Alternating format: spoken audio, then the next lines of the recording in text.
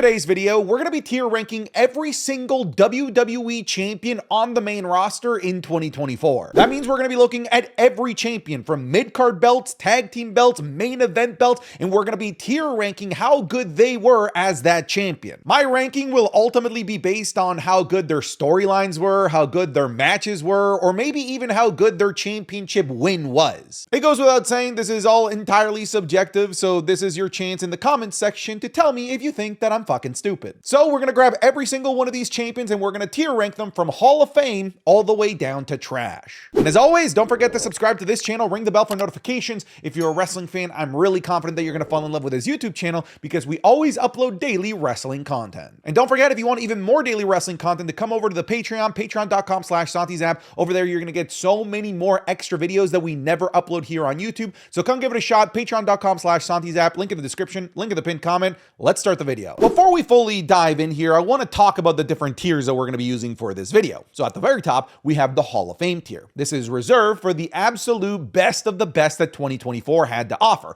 We're talking about those championship reigns that are unforgettable, the ones that you're going to be talking about for years down the line. And then we work our way down to the great category, good, and then we go down to meh, but then at the very bottom, we have the trash bin, the trash category. This is for the worst of the worst in terms of championship reigns in 2024, the bottom of the barrel, the championship reigns that you wish never even happened in the first place. So let's start off by talking about the inaugural Women's United States champion, the longest reigning, the oldest and the youngest, red, white, and green, Chelsea Green.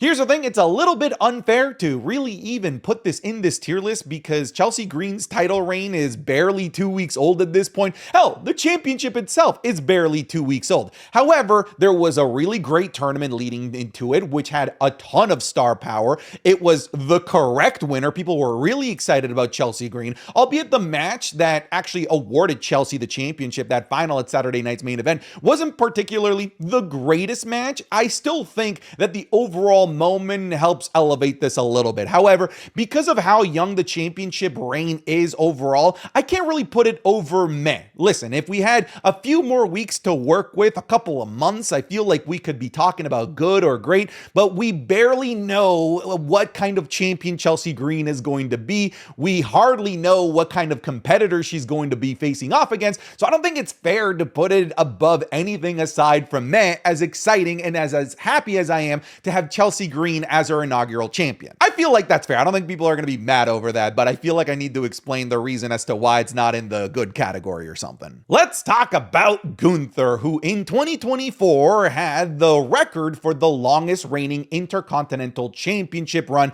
of all time. Here's the thing, the time that he held the championship in 2024 alone wasn't particularly amazing, but that's kind of because Gunther didn't really need to demonstrate to the world that he's a dominant Intercontinental champion because we already believed that and knew that going into 2024. Really, the biggest thing that we have to go off of with Gunther in 2024 was his feud against Sami Zayn and Chad Gable leading into WrestleMania 40, a match that was, albeit I feel still the wrong person to be in that match. I feel like it should have been Chad Gable instead of Sami Zayn. It was still an absolutely incredible match. One of the best matches that I've ever seen for the Intercontinental Championship. It was unbelievably good.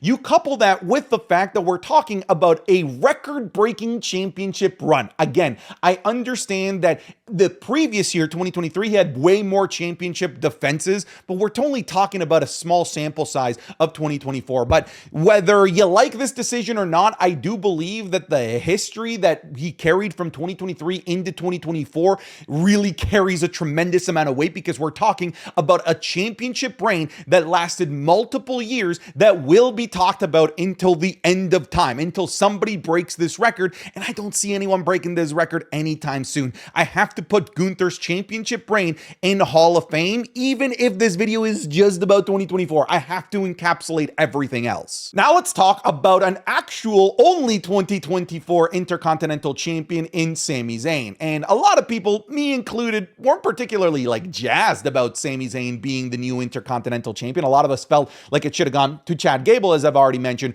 But when he was Intercontinental Champion, like, there was no doubt that the guy had great matches and interesting feuds. He had a long-standing feud with Chad Gable, which ran multiple PLE cycles and gave us fantastic matches. Multiple PLE cycles against the next up-and-comer, the next big thing in Bron Breakker. And I know that a lot of people were upset every time that Sami Zayn would win these matches, but I'm not really here to judge whether or not the booking decision was correct. I'm here to book the champion as a whole. And I feel like Sami Zayn, whether you like him or not, you have to admit that he was a great Intercontinental Champion, both in terms of storylines that he carried and in terms of match quality that he delivered. So I have to put Sami Zayn into the great category. Now let's talk about Bron Breakker. This is an interesting one because we actually have two sample sizes. We have two separate Intercontinental Championship reigns, but we're gonna kind of amalgamate both of them together to really determine how good of an Intercontinental Champion Bron Breakker was. He won the championship in dominant fashion at SummerSlam, albeit not the greatest match, but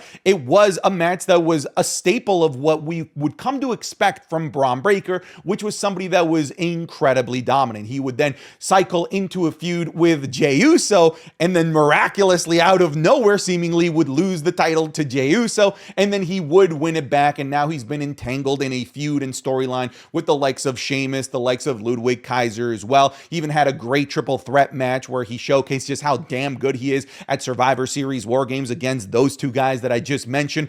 I still feel like we are still in the early portions of his championship reign. It almost feels like his first championship reign barely even counts because, well, it just sort of felt like he was a transitional champion as we waited to put this championship on to Jey Uso so that Jey Uso could elevate this bloodline narrative going into Survivor Series War Games. So that first championship reign, kind of unfair for Bron Breakker, and the second one is really the one that I feel like we're going to remember him for. I'm going to still put him into the good category. I feel like the championship matches that he had were incredibly memorable, whether he was winning or losing them. And so far, like, the list of people that he's faced is pretty impressive as well. I'm going to put him into the good category. Let's talk about Jey Uso and his championship victory. Good Lord, was it memorable. One of the best moments of 2024. I feel like a lot of people would have this as a top moment of the year for them. The problem is that outside of his rematch with Bron Breakker and then like the occasional championship defense against the likes of like Xavier Woods, for example, this really was the epitome of a championship reign that was designed to build something that was bigger than the championship reign itself. And that's never a good thing for the champion or the championship reign because it's building up to something that involves other people, bigger names and bigger venues, etc. And I don't think that it really did overall much for the actual championship itself. That being said, that championship victory was just so goddamn memorable that I do feel like just off of that alone,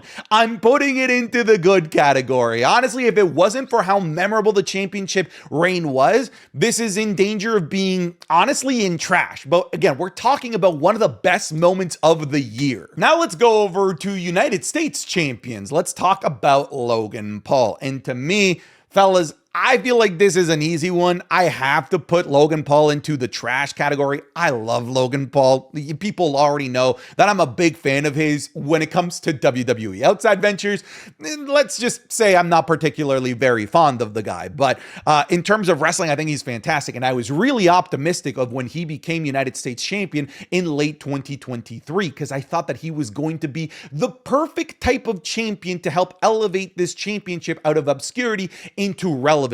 And I do feel like he brought it into relevancy, but it just sort of felt like it was a half measure, that we weren't really getting the best and the most out of Logan Paul as a champion. Granted, he defended the championship at the Royal Rumble against Kevin Owens and defended it at WrestleMania against Kevin Owens and Randy Orton, but then just kind of ghosted us and disappeared and didn't defend that championship again until SummerSlam. We're talking about a handful of months, like a good portion of 2024 that Logan Paul held this championship and he did absolutely jack diddly fucking shit with it. So I do have to put Logan Paul into the trash category. I feel confident in that as well.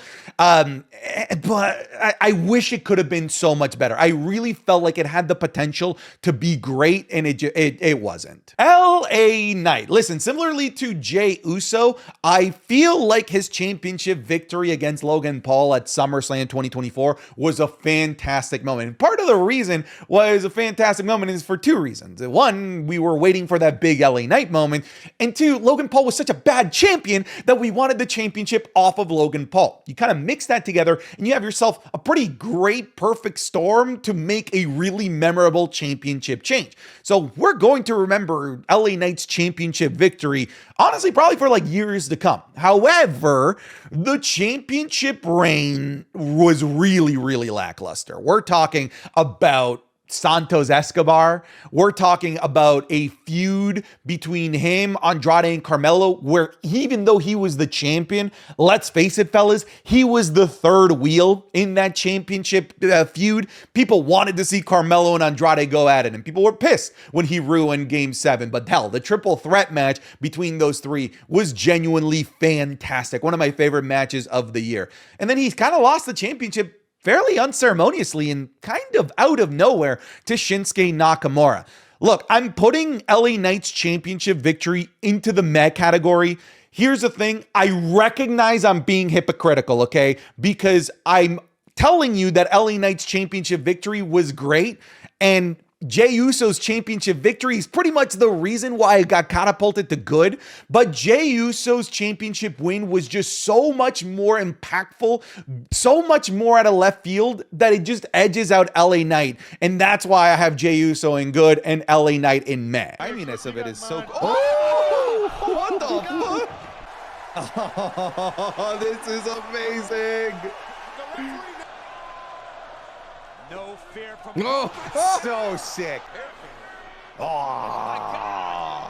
That, folks, was a sneak peek of this week's Wrestling is Cool Match Club, available exclusively on patreon.com/SantiZap. This week, we're going to be looking at an indie gem from 2016 between Rey Fenix and Will Ospreay. We're looking at the greatest squash match of all time, Goldberg versus Brock Lesnar at Survivor Series 2016. The legendary WWE Championship match between CM Punk and John Cena at Money in the Bank 2011. We're also looking at the unmasking of Kane and Johnny Gargano versus Tommaso Ciampa in the Cruiserweight Classic. You're going to be getting all of this, plus the Raw reviews, the SmackDown reviews, the Wrestling is Cool podcast 3 days early, the Undertaker WrestleMania watch-alongs that we're currently doing, and the Royal Rumble match watch-alongs that we're doing leading up to the Royal Rumble as well. So come check it out, patreon.com/SantiZap. The link will be in the description, or it will be in the pinned comment of this video. We upload daily on the Patreon, and all of the videos that go on there are videos that never get seen here on YouTube. So go check it out. I'm confident if you even try for 1 month that you're gonna fall in love with it. But if you're already a patron, thank you so much for your support. You're the reason why I'm able to do this as a full-time creator. But let's get back to the video. Now let's talk about Shinsuke Nakamura. I feel like this is kind of unfair to really grade this at the moment. We're talking about a champion that hasn't had a championship defense, hasn't had a championship feud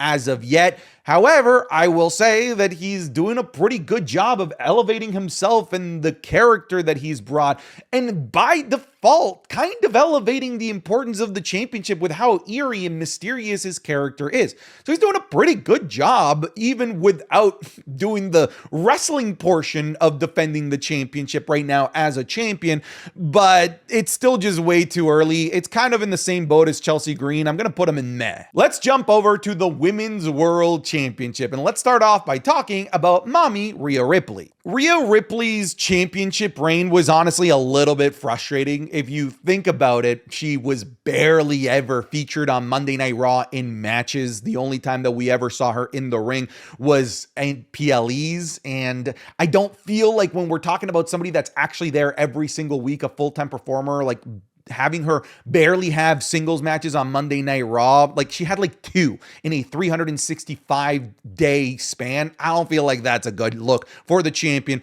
or the championship. That being said, she's a huge draw. Absolutely she was. The championship reign into 2024 was not particularly amazing, but she did get to main event a PLE for the women at Elimination Chamber in Perth, which was pretty cool. She took that championship and was the opening match match at WrestleMania 41, but then unfortunately had to vacate the championship. Here's the thing, unlike Gunther, who carried a ton of aura as champion from 2022 and 2023, I don't feel like Rhea Ripley carried as much of that aura as Gunther did going into 2024. So I can't have her into the Hall of Fame category like Gunther, but overall, like in the stuff that we did have with her as champion, the championship defenses, the fact that she was pretty routinely involved in major storylines that involved the men where she featured the women's championship, overall is a good thing in terms of elevating the importance of the women's championship. So I do have to put Rhea Ripley into the good category. Becky Lynch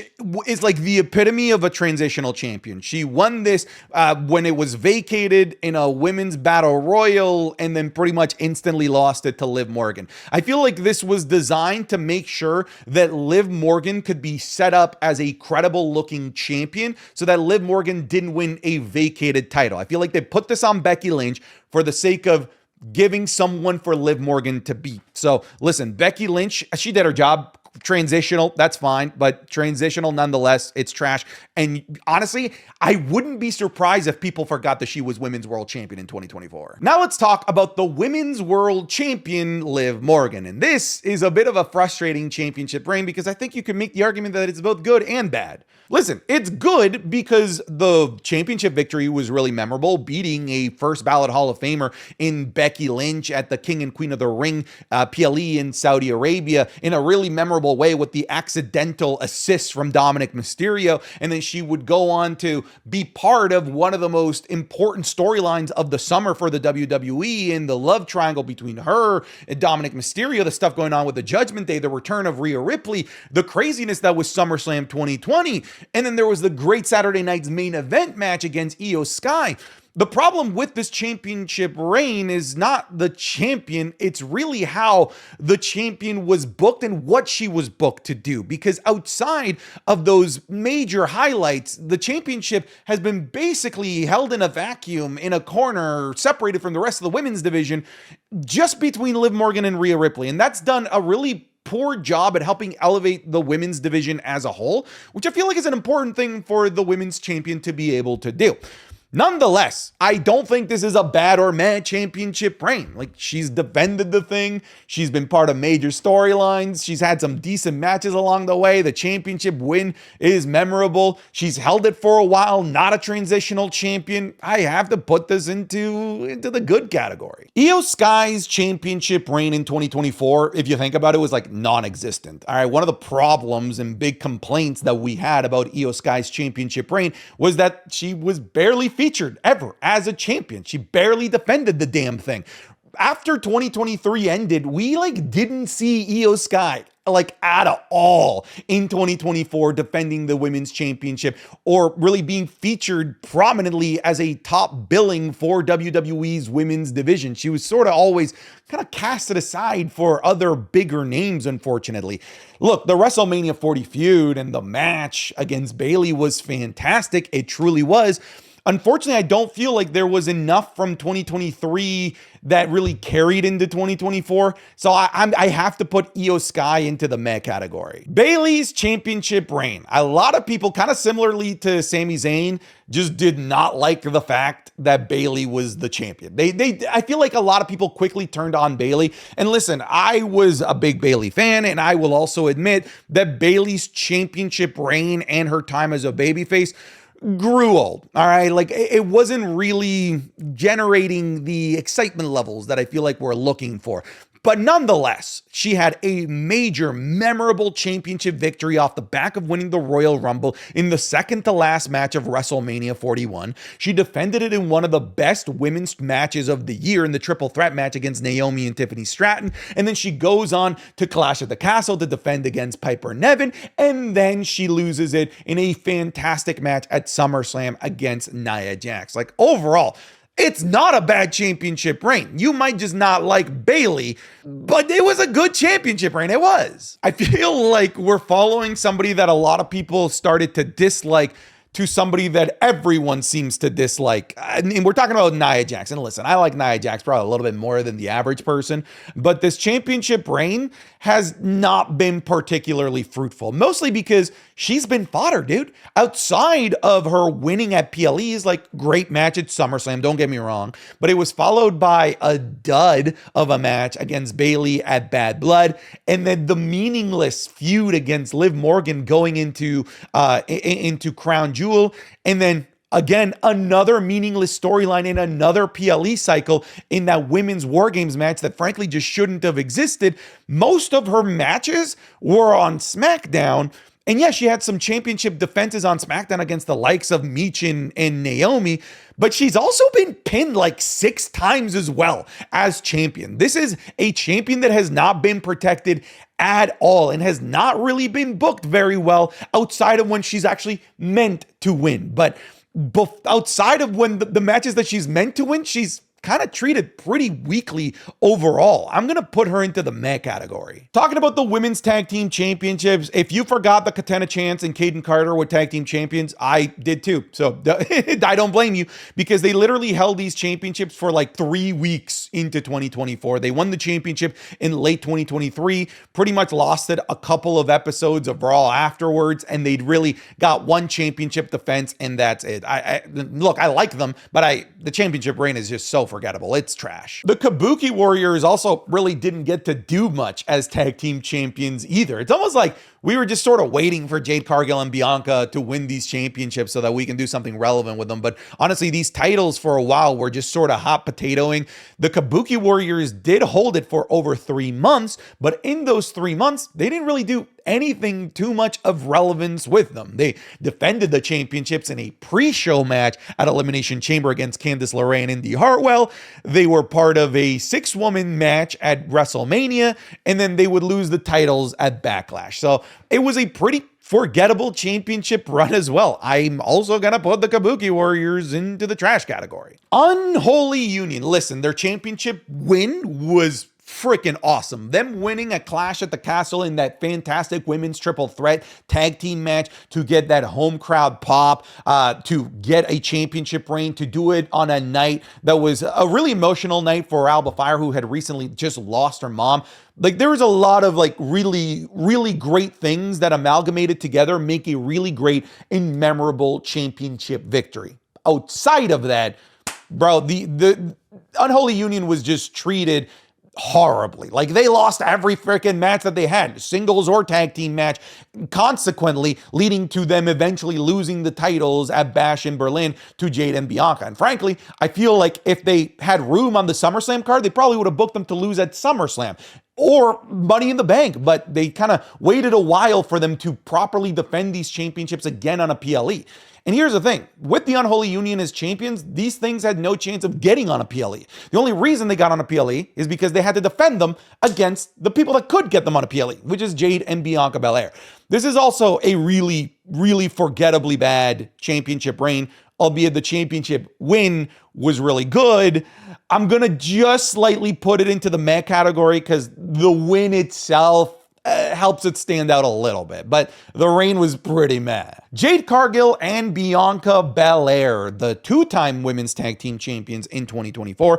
And honestly, I thought that they were fantastic this year. I thought that their championship victory at Backlash was great. The championship defenses that they had leading into their loss at Clash at the Castle, but then winning the championships back at Bash in Berlin, and then defending them multiple times after their win at Bash in Berlin.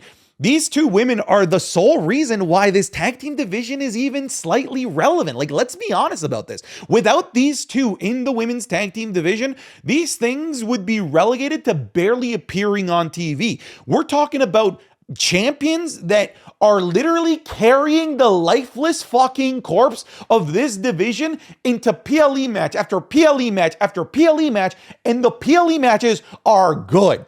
Not only that, but then they're also taking these tag team championships and embroiling them into main event storylines, like we're seeing right now with who attacked Jade Cargill and the insertion of Naomi as a pseudo champion. So we are seeing these two do things that have never been done with the tag team championships before. I know that there's just a lot of groans about these two being champions, but I don't really understand why.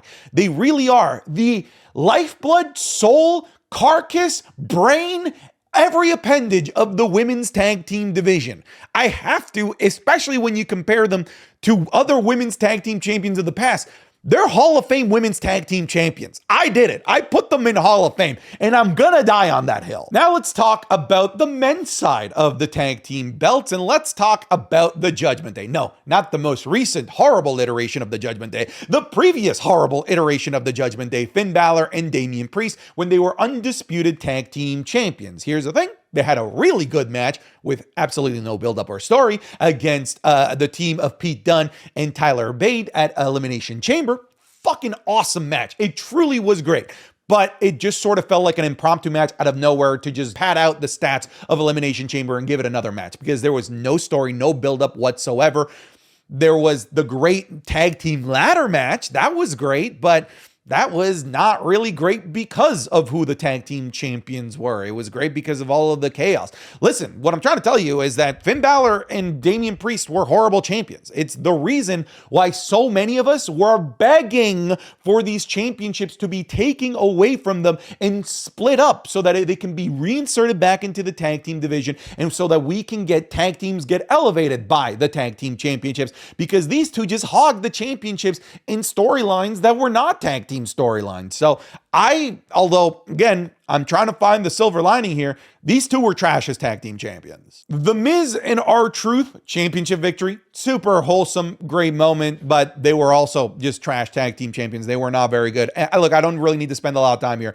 There's a few of these tag team champions that just immediately fall under trash. This was not a good year for tag team wrestling, especially on Monday Night Raw. Like it was a really, really bottom of the barrel year for them. Moving on to JD McDonough and Finn Balor. Fellas, if there was a tier below trash, like super trash, uber mega trash, that's where this would go. Over 200 freaking days as champion and the two tops 3 championship defenses, and really all of those championship defenses coming without a storyline. I mean, they kind of did a storyline leading into them losing the championships to the War Raiders, but even that was half-assed. They are the worst tag team champions I've ever experienced as a WWE fan. War Raiders, this is also entirely way too early. Look, championship victory's fine, but I can't really talk too much about this right now. I have to put this into the meh. It's unfair to put it in trash. It's unfair to put it in good or great, because they just started and there's nothing to go off of here, so meh. A-Town Down Under. They were fine as champions. Listen, they were better than meh, and I feel like a lot of people forget how many tag team defenses they actually had. We're talking about defending against the Profits, DIY. They had a great championship victory at the fantastic WrestleMania 40 ladder match. They were featured almost every single week. They were there. It's just that you're kind of forgettable. They really are kind of forgettable, but they honestly weren't bad tag team champions. They're going to go into meh. The Bloodline. This is fascinating. Look, I loved the Bloodline as tag team champions. They didn't have the longest run, but they had a memorable championship victory going into SummerSlam against DIY. They held these championships on lock for a while, right? Leading into Survivor Series War Games. Tama Tonga and Tongaloa would have one of the best matches of the damn year in that triple threat ladder match on SmackDown to defend the championships. But more than anything, the reason why I think they were great tag team champions is because they took the tag team championships, right? And they had tag team feuds, which is something that Judgment Day never did, all at the same time having their main event feud. So the Bloodline was in 2 divisions at the same time, the main event scene and the tag team division. And by default of being in both, they elevated the tag team scene temporarily to be in the main event of the Friday Night SmackDown Pantheon. And I feel like that's insanely valuable. That is such a great thing to do. On top of that, they set up Motor City Machine Guns to have an incredibly memorable championship victory as well. Listen, This might not be great in the traditional sense of like they held it for a really long time, but for what they did for those belts, that division, I have to put them in the great. Motor City Machine Guns didn't really get a heck of a long run with this. They didn't really get a proper set of championship defenses to go off of either, but their championship victory was hella freaking memorable. Their victory against the Bloodline to close that episode of Friday Night SmackDown was insanely awesome. They are embroiled in a feud with the guys that they just lost the championships to DIY, but again, it did sort of feel like a bit of a transitional period, but their victory was incredibly memorable, but not memorable enough to get it out of the meh purgatory. Now let's talk about DIY. And I also feel like I can't really go beyond meh here, even though their championship victory against A-Town Down Under was great, but then they lost it like 3 weeks later to the Bloodline in their very first championship defense in their very first feud. So we barely got to see them as tag team champions there.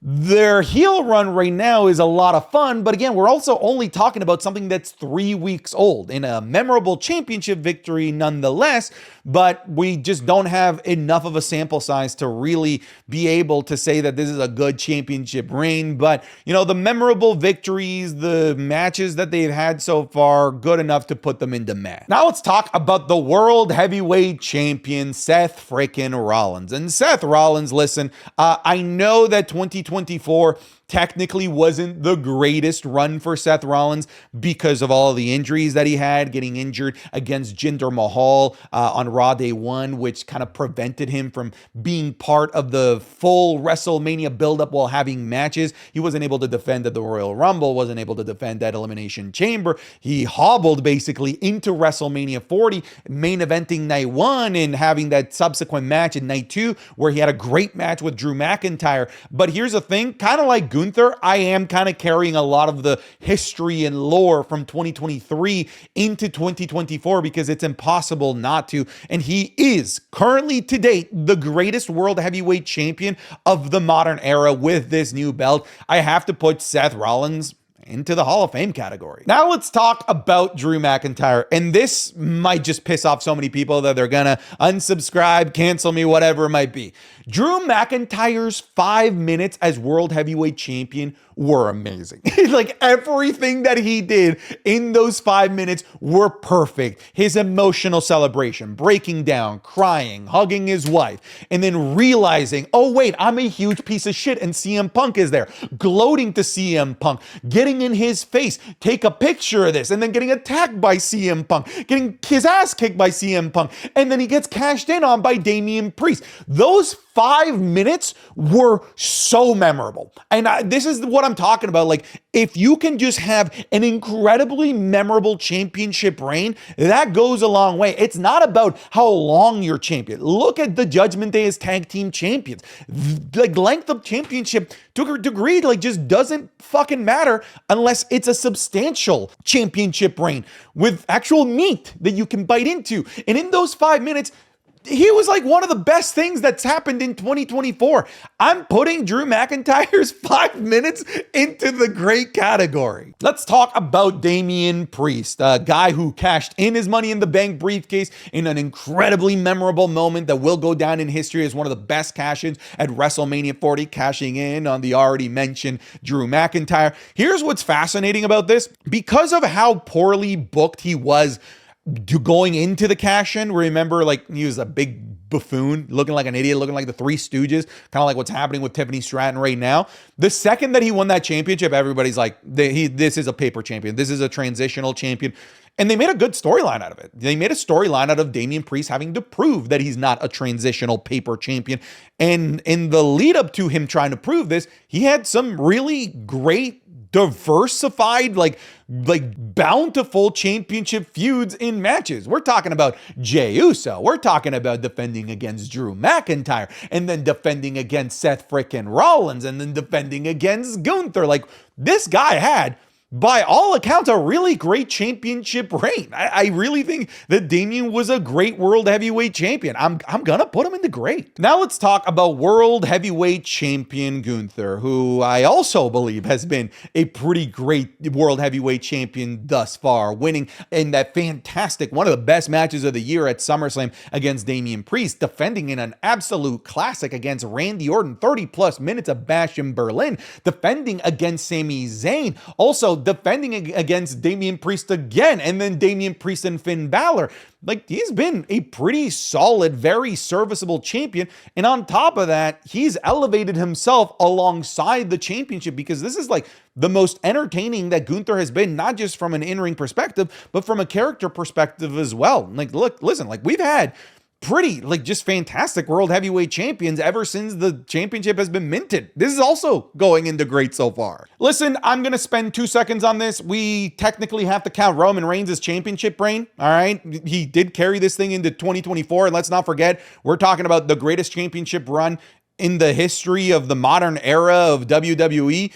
It's obviously Hall of Fame, even if you have your thoughts about him being a part-timer and in 2024 only defending at the Royal Rumble and WrestleMania 40. But again, just you encapsulate everything, and you can't not encapsulate everything. It's obviously a Hall of Fame championship run. Now let's talk about the current WWE Undisputed Champion, Cody Rhodes. And listen, Cody Rhodes has also had a fantastic run as Undisputed Champion. The problem is that the booking of the feuds that he's been in just sort of feel like they're filler feuds. But that's not Cody's fault. That's not the championship reign's fault. It's just sort of the context of the matches that the championship reign has been put in. But we're talking about the most memorable championship change that I've ever witnessed. Cody Rhodes beating Roman Reigns, the most historic champion of the modern era, in one of the craziest Avengers Endgame style main events that I've ever seen. Honestly, that alone warrants him putting this championship reign in Hall of Fame. But then he follows it up with a match of the year contender against AJ Styles. Then he follows it up with a great match against Logan Paul, a king and queen of the ring for the championship. And then a great I Quit match against AJ Styles again. And then he does get embroiled in this bloodline stuff, and then defends it against Solo Sikoa, defends it against Kevin Owens, defends it again against Kevin Owens, that great cage match against Solo Sikoa on SmackDown. I can't not put this in Hall of Fame. Like, when you really lay out his championship reign over 2024, like on paper, you put it on like a table, you can't not put this in Hall of Fame, even if you don't like Cody Rhodes, even if you feel like his feuds have been boring and you just don't like him as a champion. Look, putting that aside, like putting your personal biases aside, he's been a Hall of Fame worthy champion. All right, folks, that's it for this video. I'll see you guys in the next one. I think this was a long one. Thank you for sticking with me. Hopefully you got a snack. Okay, goodbye. Bye. Go, get out of here.